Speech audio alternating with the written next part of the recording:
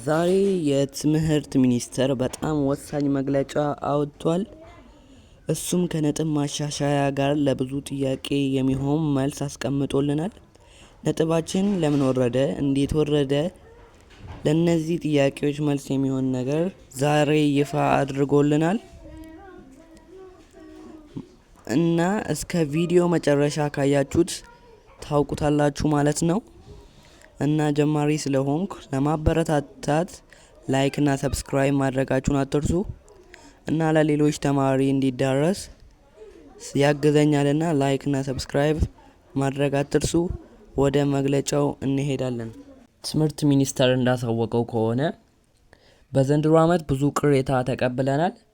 እናም ለነዚህ ቅሬታዎች መልስ ሰጥተናል ብሏል።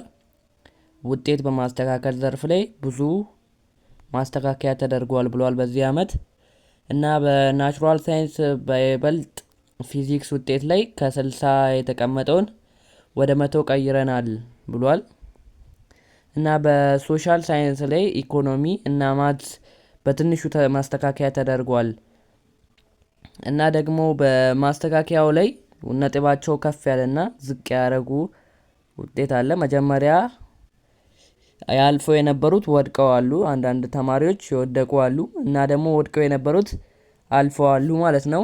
በዘንድሮ ዓመት 49.5 ላመጡ ተማሪዎች ማለፊያ እንዲሆናቸው ተደርጓል እና 49.5 ላመጣችሁ ተማሪዎች ወደ ፍሬሽማንነት እንድትገቡ ተደርጓል ማለት ነው። 297 ላመጡ ተማሪዎች ወደ ፍሬሽማንነት እንዲገቡ አድርገናል ብሏል። በዘንድሮ ዓመት 48,000 አካባቢ የሚሆኑት አልፈው ነበረ እና ይሄ ማሻሻያ ከተደረገ በኋላ ወደ 3350 ተማሪ እንዲያልፍ ተደርጓል፣ ወደ ፍሬሽማንነት እንዲገባ ተደርጓል ማለት ነው።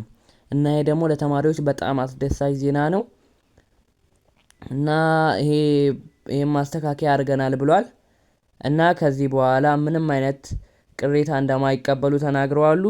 እስካሁን በተደረጉት ቅሬታዎች ላይ መልስ ሰጥተናል ብለዋል እና ደግሞ ፍሬሽማን ሆናችሁ ለምትገቡ ተማሪዎች እንድትዘጋጁ ተነግሯችኋል።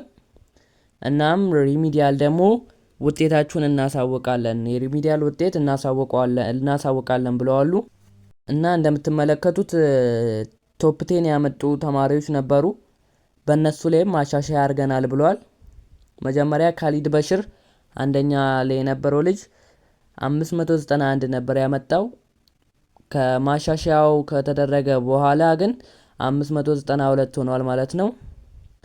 ሁለተኛ የነበረው ልጅ ደግሞ 589 ነበረ፣ አንድ ነጥብ ተጨምሮለት 590 ሆኗል ማለት ነው።